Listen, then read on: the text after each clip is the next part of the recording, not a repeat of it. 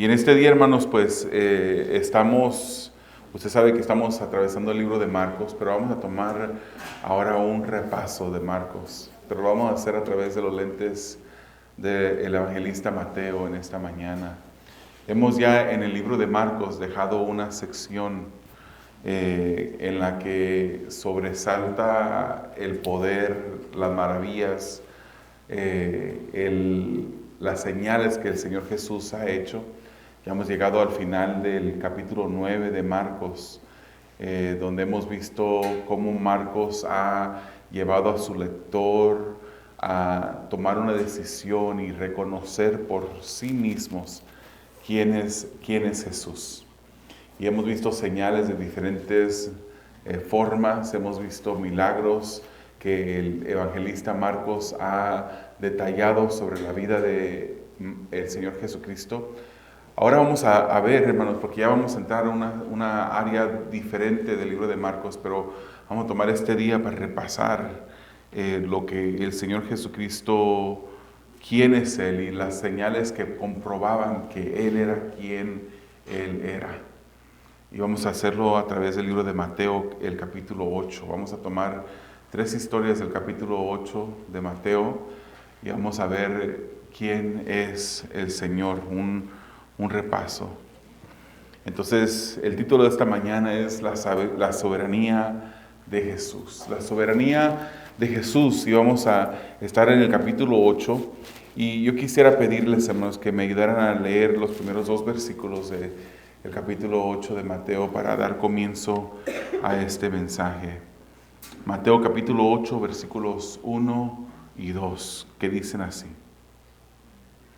Cuando Jesús bajó del monte, grandes multitudes le seguían.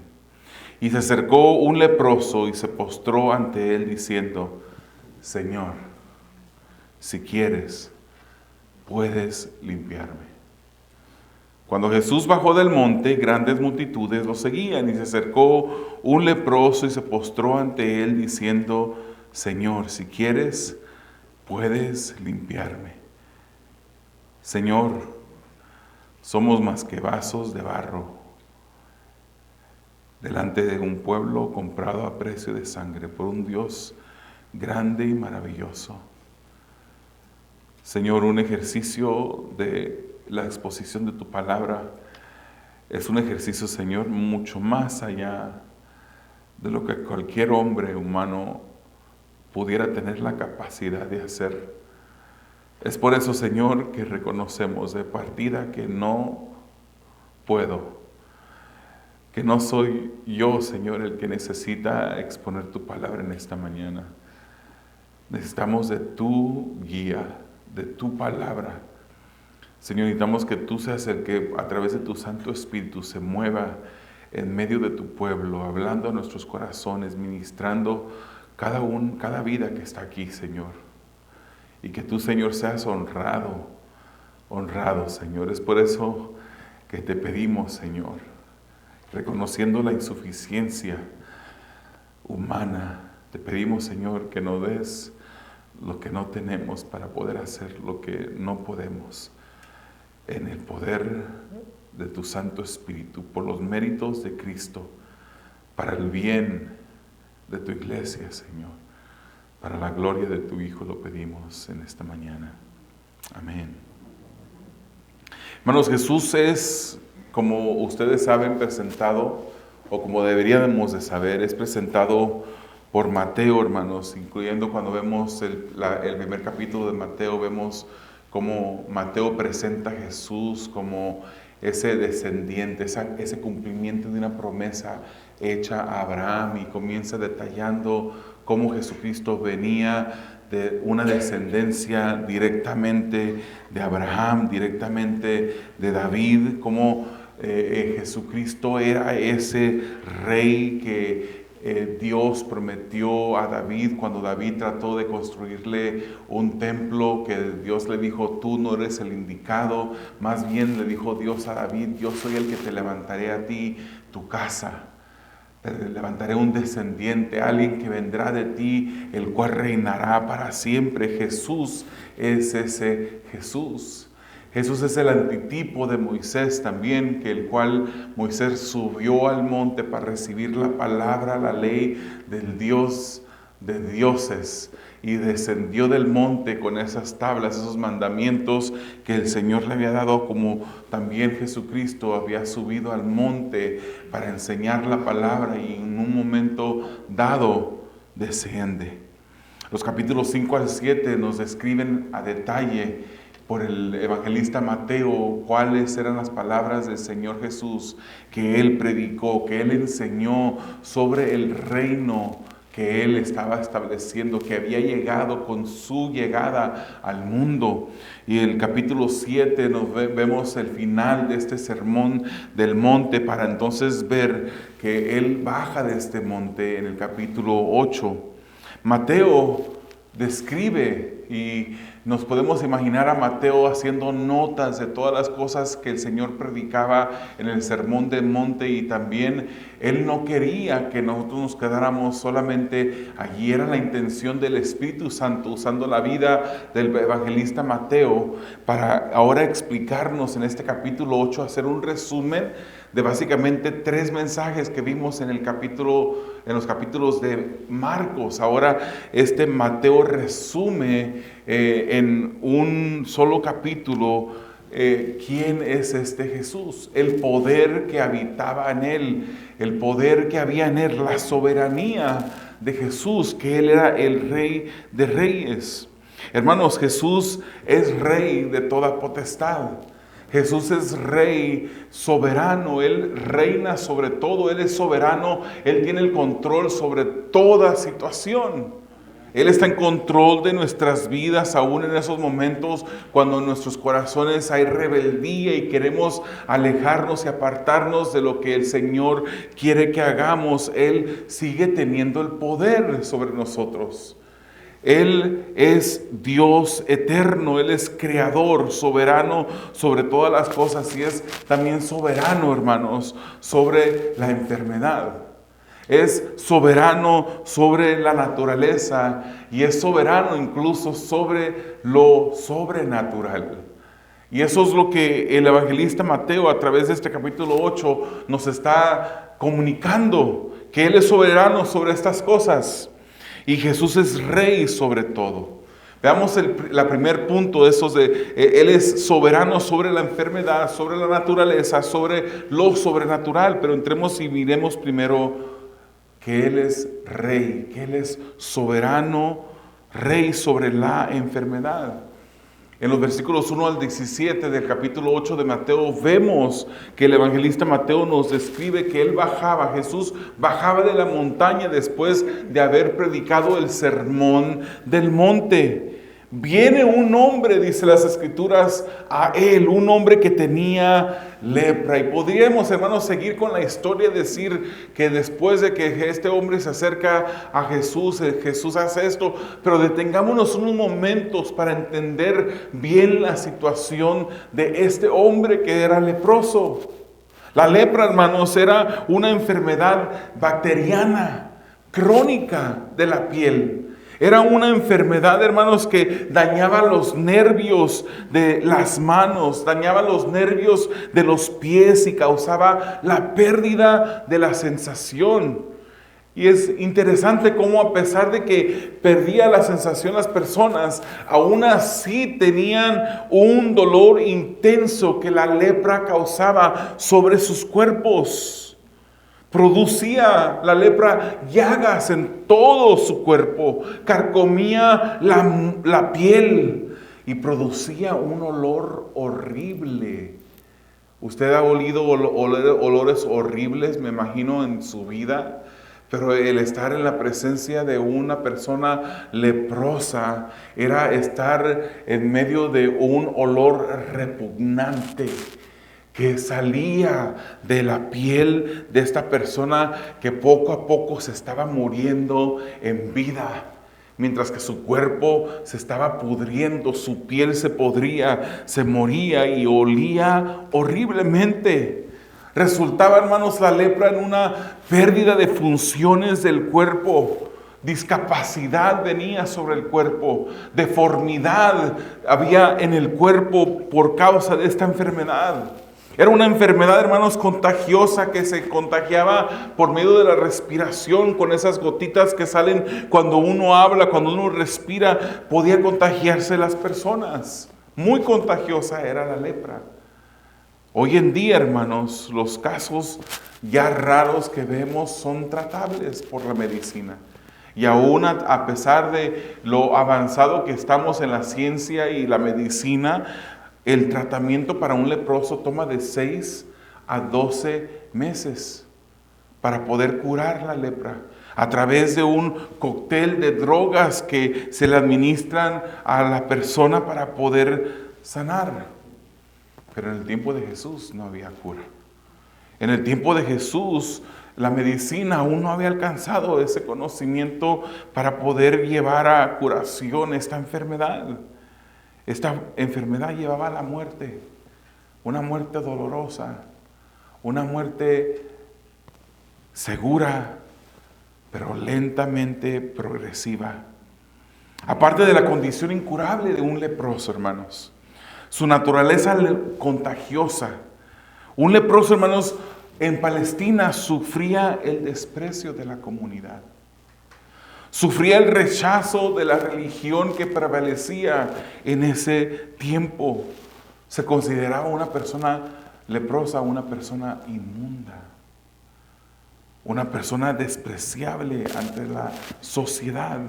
La ley que los judíos practicaban, el judaísmo, prohibía que un leproso se acercara a una comunidad. No podían estar entre las personas. Era estrictamente prohibido que ellos tocaran a una persona. Era prohibido para las personas tocar a un leproso. Muchos vivían en las afueras de la ciudad y cuando transitaban por los caminos tenían que dar voz de alerta a las personas que habían en el camino.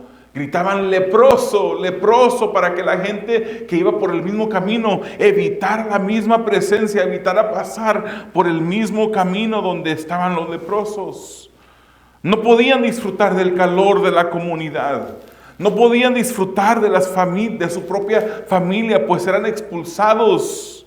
Vivían en la soledad, despreciados e ignorados.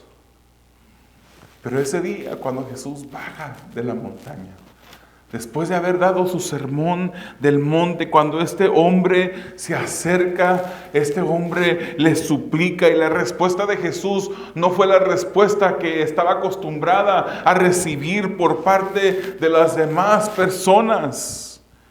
Al suplicarle a Jesús, Jesús no lo desprecia. Jesús no demostró asco, no se tapó la nariz. Me imagino yo que no se tapó la nariz. No muestra asco hacia un hombre que muy probablemente estaba encorvado por su deformidad. Probablemente estaba en ese momento con un olor asqueroso, con aspecto desagradable. Es muy probable, hermanos, que este hombre había escuchado del poder de Jesús. Y sabemos que ya había sanado enfermos anteriormente. Vemos eso en el capítulo 4 de Mateo. Y este hombre leproso le dice: si tú quieres, Jesús, me puedes limpiar. Si quieres, puedes limpiarme. Jesús era la única opción que este hombre tenía. La medicina no podía sanarlo. Si quieres, puedes limpiarme. Jesús, hermanos, deja que este leproso se le acerque, aun cuando no era permitido. Y el rey compasivo hace lo que no se debía de hacer de acuerdo a la ley judía. Extiende su mano y toca al leproso. ¿Cuánto tiempo tenía este hombre, hermanos, sin sentir el calor de la mano de otro humano? ¿Cuántos desprecios y miradas humillantes habría recibido a través del tiempo? Pero Jesús lo mira con compasión. Jesús lo toca y le contesta: sí, quiero, sé limpio. Queda limpio. En ese momento, hermanos, todo el dolor de este leproso se disipó, se desapareció. Los desprecios, las humillaciones que él había sufrido quedaron como solamente un recuerdo. Y el rey que es rey sobre todo, el rey que es soberano, demuestra ser el rey sobre la enfermedad. Mateo es inspirado por el Espíritu Santo, hermanos, para incluir esta escena de estos versículos, Mateo 8, no solo para que se entienda que Jesús es el rey sobre la enfermedad física. Él es el rey que es rey sobre todo. Él puede limpiar la enfermedad del cuerpo humano, pero también puede y limpia la enfermedad del alma, que es el pecado. Cuando ciertamente leemos, hermanos, y muchas personas toman el capítulo 53, especialmente un versículo 4 de ese capítulo, lo toman equivocadamente y piensan que lo que está hablando allí primordialmente es de que Jesucristo vino a sanar, a curarnos de nuestras enfermedades físicas. Cuando realmente vemos que Jesús vino y cumplió la profecía del profeta Isaías en ese capítulo, cuando Isaías dice, ciertamente Él llevó nuestras enfermedades y cargó con nuestros dolores. La enfermedad del pecado causa dolor. El pecado es enfermedad, una enfermedad del alma. Una enfermedad que no tiene cura, sino solamente a través de Jesús. Jesús es el que vino, hermanos, a tomar dominio sobre nuestra enfermedad, a curarnos, a quitarnos del dominio del pecado que nos asediaba. Jesús es el que cargó nuestra enfermedad de pecado en la cruz. Cada uno de nosotros éramos leprosos. Cada uno de nosotros estábamos bajo el dominio de la lepra del pecado. Cada uno de nosotros andaba maloliente, encorvados, deformados. Cada uno de nosotros sufríamos bajo el dominio de esta enfermedad. Una enfermedad que dañaba nuestra sensibilidad mental, que producía un estado descendiente, como una espiral descendiente que nos llevaba de pecado en pecado, más perdidos cada día. El pecado es la llaga del alma, hermanos, carcome nuestras vidas, produce llagas espirituales, produce dolor intenso. El pecado se siente bien por un momento, pero los resultados del pecado son funestos, son terribles, nos discapacita espiritualmente y la única cura es Jesús. ¿Cuántos le damos gracias al Señor que Jesús venció la enfermedad del pecado, que nos limpió de la lepra? El que ha venido a Jesús ya no está bajo el dominio del pecado. Ahora somos libres. La presencia del pecado sigue ahí. Un día ni la presencia del pecado estará. Cuando seamos glorificados, cuando estemos en gloria, estamos esperando, hermanos, con una expectación diaria la venida de nuestro Señor Jesucristo. Estamos esperando, hermanos, que estar en la presencia del Señor. ¿Cuántos de ustedes quieren estar en la presencia del Señor hoy mismo? Aunque tengamos que morir, aunque dejemos a nuestros familiares, los cuales amamos mucho, aunque dejemos a nuestros hijos, a nuestros cónyuges, aunque ya no podamos sostener en nuestros brazos a nuestros nietos, ¿estamos dispuestos? ¿Estamos deseosos? Es mejor estar en la presencia de Dios que estar en esta tierra.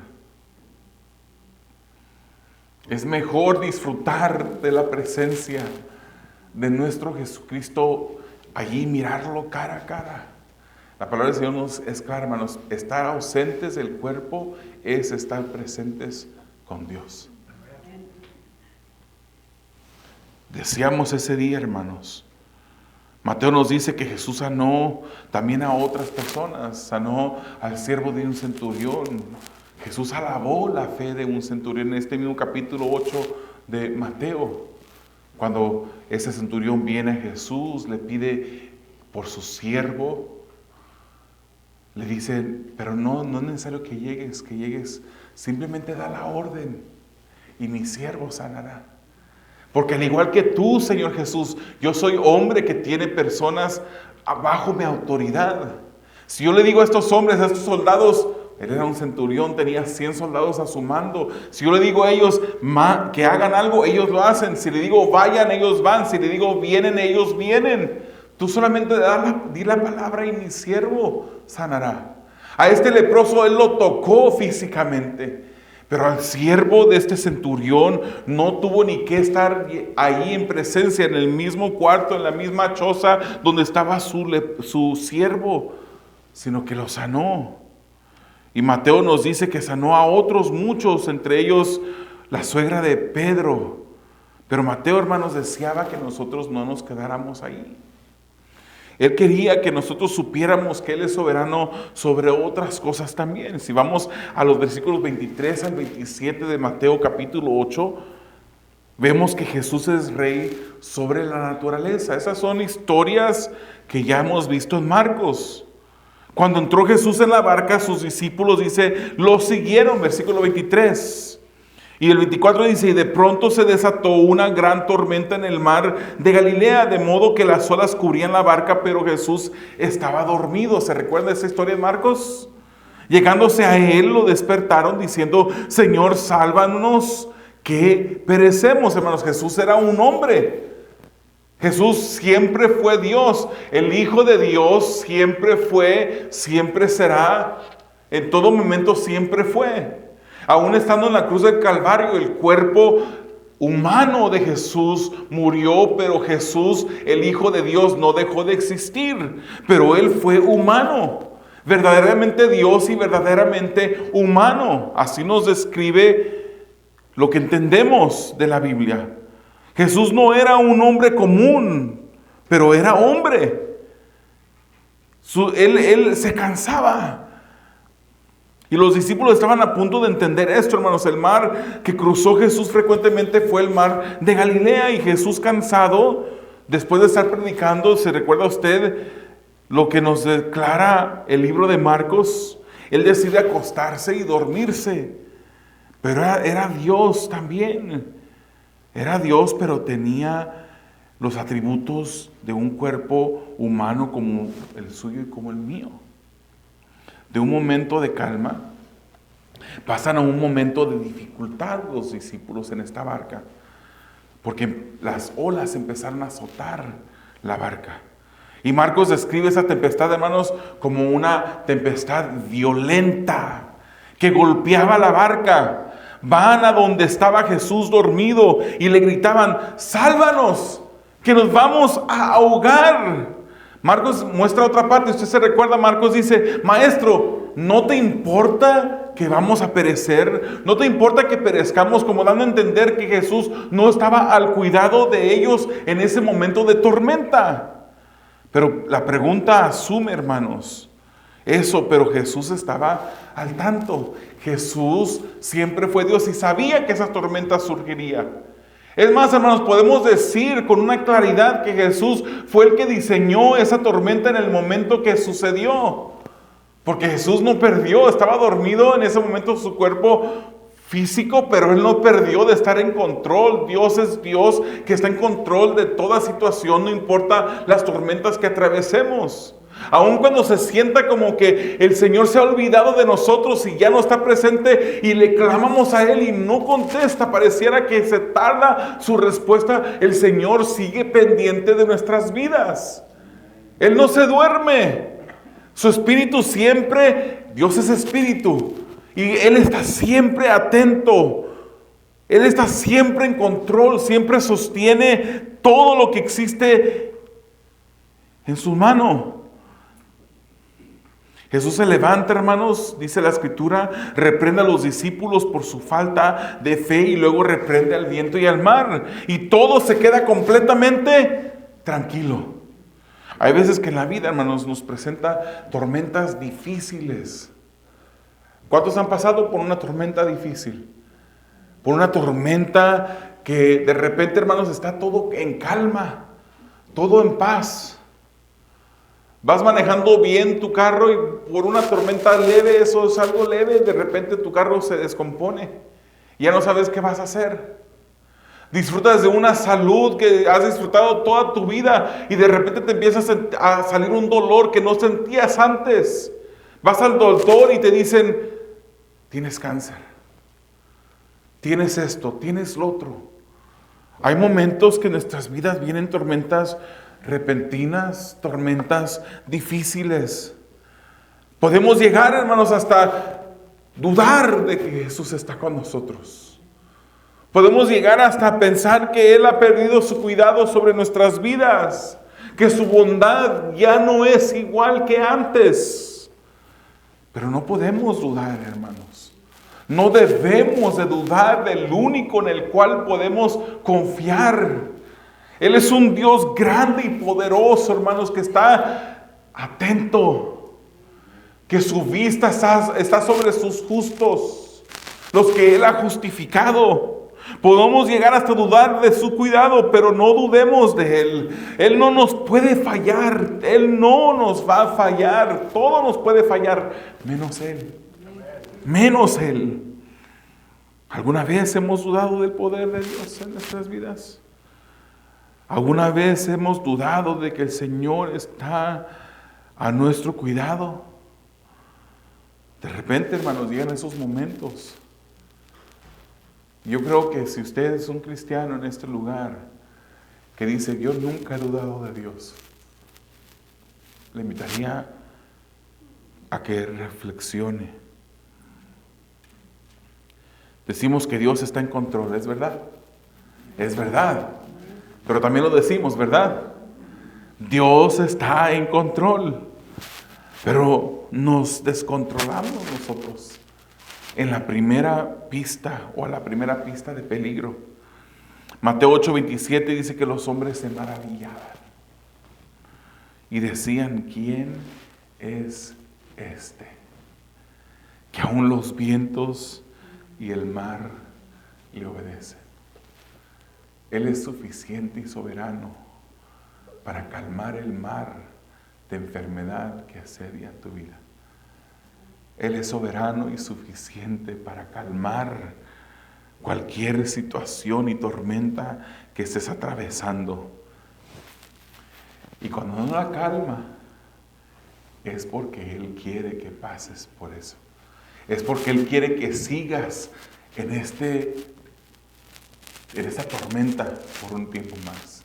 Él quiere enseñarnos algo, hermanos. Pero lo bueno de todo es que Él está ahí, que Él no nos ha dejado.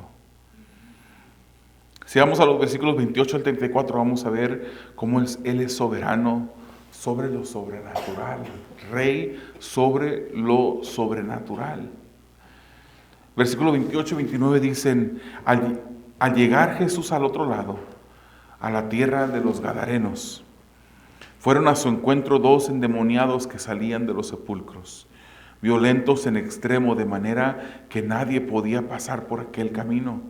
Y gritaron, ¿qué hay entre tú y nosotros, Hijo de Dios? ¿Has venido aquí para atormentarnos antes de tiempo? Nos pasamos de una tormenta ahora a ver a unos atormentados. Después de haberse subido al barco y atravesado el otro lado del mar, Jesús y sus discípulos llegaron a la región de Gadara. Ese es el lado sureste del mar de Galilea, en la área que conocemos como Decápolis. ¿Se recuerdan? Decápolis, un área de 10 poblaciones mayormente gentiles, donde habitaban los gentiles. Marcos 4:35 nos registra que cuando se habían subido al barco ya estaba atardeciendo. Antes de cruzar el barco ya había caído la tarde. Y cruzar el mar de Galileo tomaba aproximadamente 2 horas. Lo cual, hermano, quiere decir que después del tiempo que se tardaron por la tormenta, y porque atravesar el mar eran 2 horas, pero con la tormenta uno podría decir, pues se tardaron más tiempo para cruzar el mar. Lo cual quiere decir que lo más probable es que cuando llegaran a esta región ya era de noche. Era muy probable que era de noche esta región.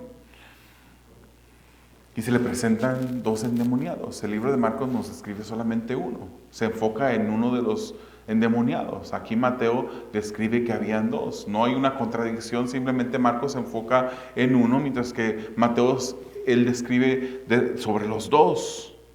Cuando saben que el mundo, en este momento llegan a este lugar y se presentan estos 2 endemoniados. ¿Sabía usted que hoy en día hay endemoniados también? Hay iglesias donde de repente, o lugares que se dicen ser iglesias, donde hacen noches de liberación. Invitan a los cristianos a que vengan a las noches de liberación. En un vaso donde habita el Espíritu de Dios no puede habitar un espíritu inmundo. No puede habitar un demonio y el Espíritu de Dios en el mismo recipiente, en el mismo vaso. Los que hemos sido salvos por gracia, en nosotros habita el Espíritu de Dios. Pero hay endemoniados hoy en día. Hay endemoniados que se notan a leguas. Hay otros endemoniados que no se notan tan evidentemente. Porque todo el que no es hijo de Dios es hijo del diablo. Esa es la verdad. En ellos no habita el Espíritu de Dios. En ellos son dominados por Satanás. Esas personas, esos 2 hombres que llegaron cuando Jesús cruza el mar, eran de esos tipos de personas. Los demonios, hermanos, son reales. La oscuridad es el ambiente preferido en donde operan los demonios. Algo feo, hermanos, que nos puede pasar. Imagínense que usted se baje de un barco ya en la oscuridad y se le presenten 2 endemoniados. ¿Qué diría usted? ¿Qué hubiera hecho usted? Bajándose Jesús juntamente con los suyos, con la única luz de la luna, si es que había en esa noche, se presentan estos 2 endemoniados que vivían entre los sepulcros, en el panteón, el Monte Santo, como dicen algunos. Y la Escritura nos los describen como personas violentas. Eran violentos. La gente no los podía ni siquiera dominar. Cuando los ataban, ellos hacían pedazos los grilletes con las que ataban a estos endemoniados. De atormentar a la gente, ellos mismos pasaron a ser atormentados por la presencia de Jesús. Y le dicen: ¿has venido antes de tiempo? ¿Has venido a atormentarnos antes de tiempo?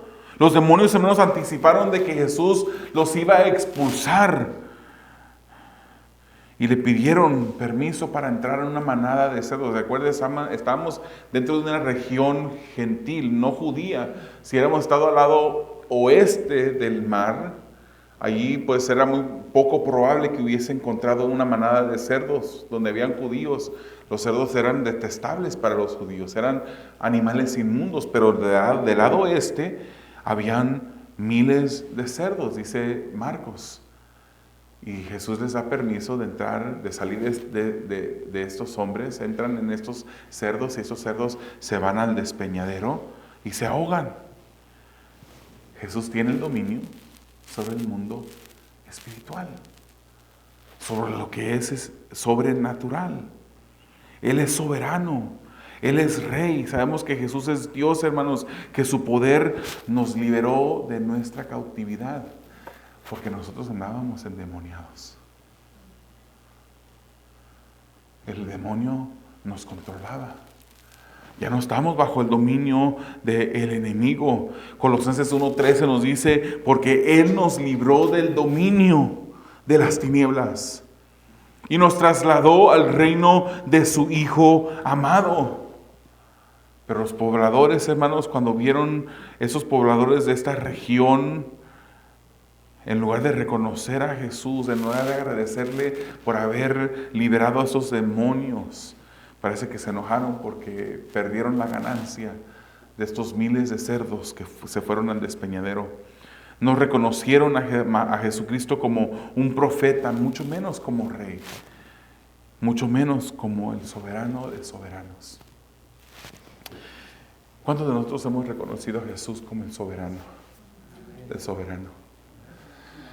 Pero si lo hemos reconocido como el soberano, hermanos, eso quiere decir que Él controla todo, que Él tiene dominio sobre todo, que Él controla nuestras vidas. Y en verdad le hemos reconocido como soberano de soberanos, nuestras vidas tienen que respaldar lo que por nuestra boca sale. Así como no podemos decir que Él está en control de todo y dudar de la nada en el momento más fácil o de repentino, no podemos decir tampoco que Él es soberano sobre nuestras vidas y no entregarle el control de lo que somos, el control de nuestros sentimientos, nuestros pensamientos, de nuestra boca, lo que hablamos, de nuestros pasos. No podemos, no coinciden esas dos cosas. Nuestras vidas deben de ser vidas que honren al que es soberano. Él es soberano. Y estas ilustraciones de Mateo nos recuerdan, hermanos, que Jesús es ese rey que es sobre todo. Apunta, hermanos, a nosotros como a nuestras historias. Nosotros éramos esos leprosos con la enfermedad de pecado que nos rodeaba y Jesús nos limpió. Cuando le dijimos al Señor, Señor, si tú puedes limpiarme. Él dijo, sí, quiero, sé limpio. Nosotros éramos los que atravesábamos el mar de tormentas viviendo la angustia del temor, sin salvación, pero Dios nos salvó y calmó la tempestad cuando clamamos a Él. Nosotros éramos los que éramos atormentados por el dominio espiritual del pecado y Jesús nos hizo libres. Ahora, como cristianos en las tormentas de la vida, Él sigue siendo soberano y no nos podemos quejar con Dios. Hermanos, porque si Dios está en control, cuando pasamos por situaciones difíciles, Él las ha orquestado. Él ha diseñado esas situaciones en nuestras vidas. Y si Él es soberano, si Él sabe mejor, Él sabe lo que está haciendo. Él sabe lo que está haciendo. Simplemente está en nosotros confiar en Él. Confiemos en Jesús, hermanos. Él tiene el dominio sobre la enfermedad y muerte porque es Dios. Él ha vencido la muerte. Confiemos en Jesús en toda tormenta de la vida. Que Él ha vencido la tormenta que nos llevaba hacia la muerte. Ahora Él también nos cuida en las tormentas de la vida. Confiemos en nuestro soberano Rey. No nos cansemos de agradecer a Dios por su Hijo Jesús, que nos libertó de la opresión del pecado. ¿Por qué no cierras tus ojos en este momento y le das gracias a Dios el Padre por el Hijo que Él envió? El soberano de soberanos, el soberano que es Rey de reyes, que es Señor de señores,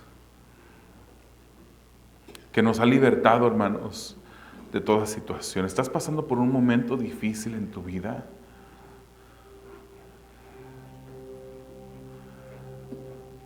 Quizás no estás pasando por ningún momento difícil, pero recuerda que solamente hay dos tipos de cristianos. Los que están pasando por un momento de dificultad ahora y los que en el mañana pasarán por un momento difícil. Pero podemos confiar en Dios. Él tiene el dominio sobre la enfermedad del pecado, pero también tiene el dominio sobre todo aspecto físico en nuestras vidas. podemos confiar en Él.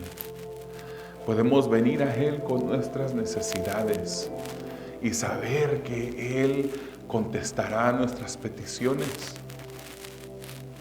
A veces no contestará nuestras peticiones como pensábamos que lo haría, como deseamos que lo haría, pero ahí es cuando involucra tu confianza en Él. Si Él contesta de una manera diferente a la que tú querías que Él contestara, tú debes de confiar que es lo mejor, porque Él sabe lo que es mejor para nosotros. Oh Dios, te damos gracias. Te damos honra y gloria, Señor. Sí, tú eres el soberano sobre todo. Y eres el soberano sobre nuestras vidas. Sí, Señor. Tú dominas todo. Tú dominas nuestras vidas. Señor, permite que podamos recibir de tus fuerzas en los momentos cuando necesitamos esas fuerzas. Que podamos, Señor, sentir ese temor en los momentos cuando nuestras vidas quieren salirse del carril.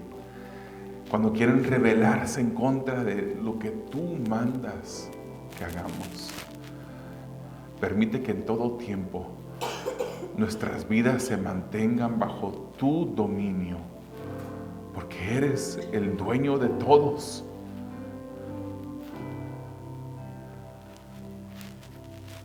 Permite, Señor, que en nuestras vidas podamos tener la confianza para depender de ti en toda tormenta. Para saber, Señor, que eres tú. No somos nosotros, Señor, eres tú el que nos mantiene caminando.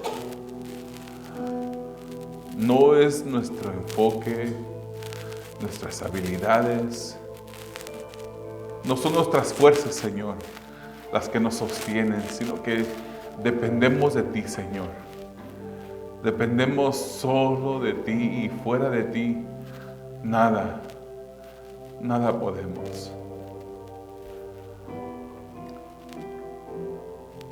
Ayúdanos, Señor. Ayuda nuestra incredulidad, nuestra falta de confianza en ti. Perdónanos, Señor, cuando aún después de haber escuchado tu palabra la semana pasada, nuestras vidas han seguido igual. No hemos dedicado más tiempo a la oración. No hemos entregado, Señor, el momento que deberíamos, que tú deseas, que tú ordenas. Señor, esta es tu iglesia. La iglesia de un Dios, del único Rey, del único Señor, del único que domina, eres tú. Tú eres la cabeza de esta iglesia, Señor. Una iglesia que tú pagaste a precio de sangre. Y te damos a ti la gloria y la honra por ello. Ayúdanos, Señor, a comportarnos como tus súbditos, tus esclavos, tus siervos, en todo momento de nuestras vidas, mientras que confiamos en ti como el soberano. Tú eres soberano. Jesús es el soberano, hermanos, y en Él confiamos. Amén.